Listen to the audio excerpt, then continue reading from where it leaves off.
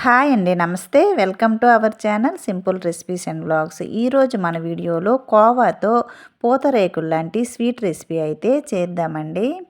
ఈ స్వీట్ అయితే చాలా బాగుంటుంది. వీడియోని ఎక్కడ స్కిప్ చేయకుండా చూసి ఈ రెసిపీని అయితే ట్రై చేయండి. అలాగే లేట్ చేయకుండా వీడియోలోకి అయితే వెళ్ళిపోదాం. దీనికోసం అయితే ముందుగా ఒక కప్పుతో బియ్యంను తీసుకున్నానండి. ఈ బియ్యాన్ని 3-4 సార్లు శుభ్రంగా కడిగి ఈ బియ్యం మునిగేంత వరకు నీరు వేసి మూత పెట్టి ఈ బియ్యంను నానబెట్టుకోవాలి. బియ్యంను 2 గంటల పాటు నానబెట్టుకోవాలండి. ఈ బియ్యం నానేలోన కోవా అయితే రెడీ చేద్దాము. దీనికోసమైతే స్టవ్ పైన ప్యాన్ పెట్టి పాలు వేసుకోవాలి. ఇక్కడైతే నేను 1/2 లీటర్ వరకు పాలను వేసానండి. ఈ పాలుతో అయితే కోవాలా చేసుకుందాము. ఈ పాలు విరగడానికి దీనిలో నిమ్మరసం అయితే వేసుకోవాలి. ఈ నిమ్మరసం ప్లేసులో కొద్దిగా పెరుగైనా వేసుకోవచ్చండి, లేదంటే వెనిగర్ అయినా వేసుకోవచ్చు. ఈ పాలుని మీడియం ఫ్లేమ్లో పెట్టి మరిగించుకోవాలి. ఈ నిమ్మరసం వేయటం వలన పాలు అయితే విరిగి ఇలా కోవాలా అవుతుందండి. ఇది మీడియం ఫ్లేమ్లో కలుపుతూ ఉండాలండి, లేదంటే అడుగంటేస్తుంది. ఇలా పాలు విరిగి ఈ పాలంతా దగ్గర పడిన తర్వాత దీనిలో 1/2 కప్పు వరకు పంచదారను వేసుకోవాలి. పంచదార వేసిన తర్వాత ఇవి బాగా మిక్స్ అయ్యేటట్టు కలుపుకోవాలి. ఈ ప్రాసెస్ అంతా లో ఫ్లేమ్ టు మీడియం ఫ్లేమ్లోనే చేసుకోవాలండి, లేదంటే అడుగంటేస్తుంది. చూడండి, ఈ వీడియోలో చూపించిన విధంగా పంచదార అంతా కరిగి కోవాలా రెడీ అయ్యిందండి. ఇలా వాటర్లా కాకుండా ఇంకా కొద్దిగా చిక్కబడాలి. ఈ కోవా అంతా దగ్గర పడిన తరువాత దీనిలో డ్రై ఫ్రూట్స్ను వేసుకోవాలి. ఇక్కడైతే నేను బాదం, అలాగే ఎండు ద్రాక్ష, జీడిపప్పును చిన్న చిన్న పీసెస్లుగా కట్ చేసి వేసానండి. ఈ డ్రై ఫ్రూట్స్ వేసిన తర్వాత అవన్నీ బాగా మిక్స్ అయ్యేటట్టు కలుపుకోవాలి. చూడండి, కోవా అయితే రెడీ అయ్యింది. తరువాత స్టవ్ ఆఫ్ చేసి దీన్ని పూర్తిగా చల్లారనివ్వాలి. కోవా చల్లారిలోన ముందుగా నానబెట్టుకున్న బియ్యాన్ని అయితే మిక్సీ పట్టుకుందామండి. ఈ బియ్యంలో వాటర్ అంతా తీసి మిక్సీ జార్లో వేసుకుందాము. ఈ బియ్యంనైతే ఫైన్గా మిక్సీ పట్టాలండి, బరకగా ఉండకూడదు. ఈ బియ్యంని మిక్సీ జార్లో వేసి మనం ముందుగా ఏ కప్పుతో అయితే బియ్యం తీసుకున్నామో అదే కప్పుతో 1/2 కప్పు వరకు నీరు వేసి ఈ బియ్యంని మిక్సీ పట్టాలి. దీనికోసమైతే కొలతలతో వాటర్ను వేసుకోవాలండి, లేదంటే ఈ స్వీట్ బాగా రాదు. ఏ కప్పుతో అయితే బియ్యం తీసుకున్నామో అదే కప్పుతో 1/2 కప్పు వరకు నీరు వేసి మిక్సీ పట్టాలండి. చూడండి, ఇలా మెత్తగా పేస్ట్లా మిక్సీ పట్టాలి.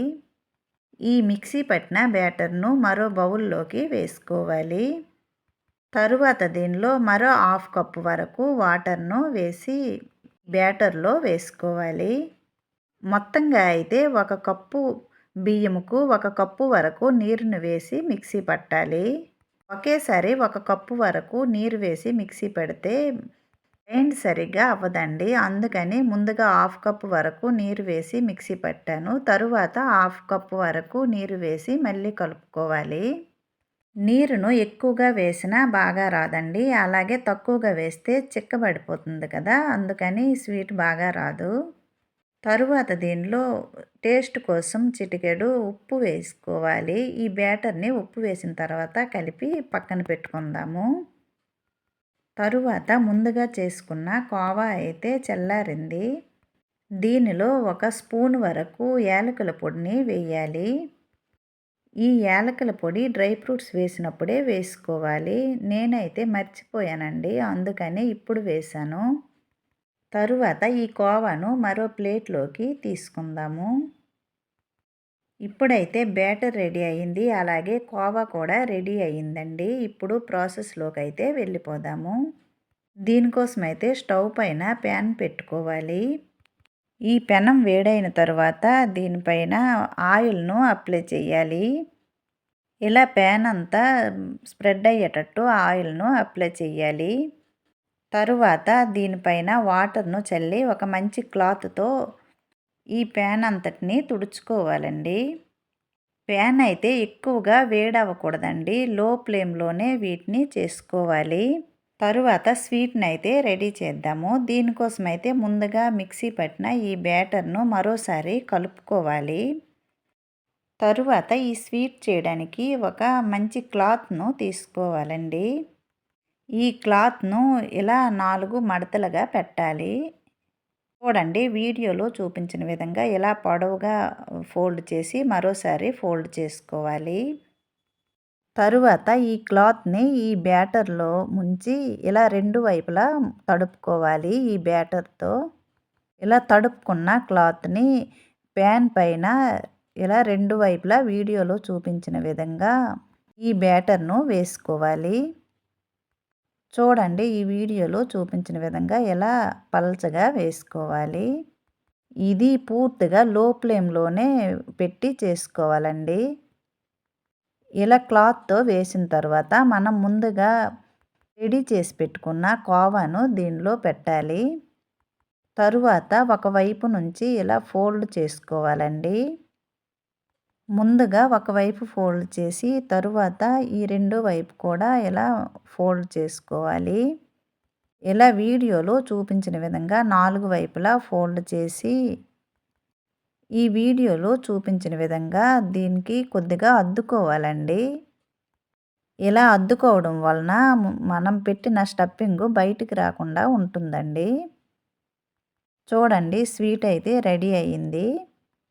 తరువాత రెండు స్వీట్‌ను వేయటానికి మళ్ళీ కొద్దిగా ఆయిల్ అప్లై చేసి తరువాత దీనిపైన వాటర్ చల్లి మళ్ళీ తుడుచుకోవాలి. ఇలా ప్రతి స్వీట్‌కి ఇలా ఆయిల్ వేసి తుడుచుకుంటూ చేసుకోవాలండి. ఈ ప్రాసెస్ అంతా పూర్తిగా లో ఫ్లేమ్‌లోనే ఉండాలండి. మీడియం ఫ్లేమ్‌లో పెట్టినా కూడా స్వీట్ సరిగ్గా రాదు, మాడిపోతుంది. చూడండి ఇలా అన్ని స్వీట్స్ ఇలా వీడియోలో చూపించిన విధంగా చేసుకోవాలి.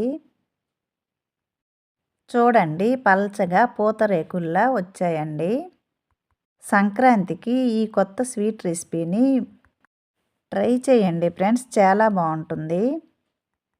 ఇలా అన్ని స్వీట్స్ని అయితే ప్రిపేర్ చేసుకున్నానండి. నేను తీసుకున్న ఒక కప్పు బియ్యంకు 10 స్వీట్స్ అయితే వచ్చాయి. మీరు ఎక్కువ క్వాంటిటీతో చేసుకున్నట్టయితే ఏ కొలతతో అయితే చేసుకుంటున్నారో అదే కొలతతో వాటర్ను వేయాలండి. వాటర్ ఎక్కువగా ఉంటే కూడా సరిగ్గా రాదండి. ఏ కొలతతో అయితే తీసుకుంటున్నామో అదే కొలతతో వాటర్ను వేసుకోవాలి. అలా అయితేనే ఈ స్వీట్ బాగా వస్తుంది. చూడండి ఈ వీడియోలో చూపించిన విధంగా ఈ స్వీట్స్ అన్నీ రెడీ అయ్యాయి. అంతే ఫ్రెండ్స్, టేస్టీగా ఉండే తవ్వ పైన ఇలా పూతరేకులు లాంటి స్వీట్స్ మీరు కూడా రెడీ చేయండి. ఇంట్లో అందరూ ఇష్టంగా తింటారు. దీనికి ఎక్కువగా ఆయిల్ కూడా అవసరం లేదండి. తక్కువ ఆయిల్తో టేస్టీగా హెల్తీగా ఉండే ఈ స్వీట్ రెసిపీ అయితే మీకు కూడా నచ్చుతుందండి. తప్పకుండా ట్రై చేయండి. అలాగే కొత్త వాళ్ళు ఎవరైనా ఈ ఛానల్లోకి వచ్చినట్లయితే ప్లీజ్ సబ్స్క్రైబ్ చేయండి ఫ్రెండ్స్. మీ సపోర్ట్ ఉంటే ఇంకా మంచి మంచి రెసిపీలను అయితే పోస్ట్ చేస్తానండి. తప్పకుండా సపోర్ట్ చేయండి. అలాగే ఈ రెసిపీ నచ్చినట్లయితే లైక్ చేయండి, షేర్ చేయండి. ప్లీజ్ ఈ ఛానల్ని సబ్స్క్రైబ్ చేయండి. మరో మంచి వీడియోతో మళ్ళీ కలుద్దాం. Bye friends.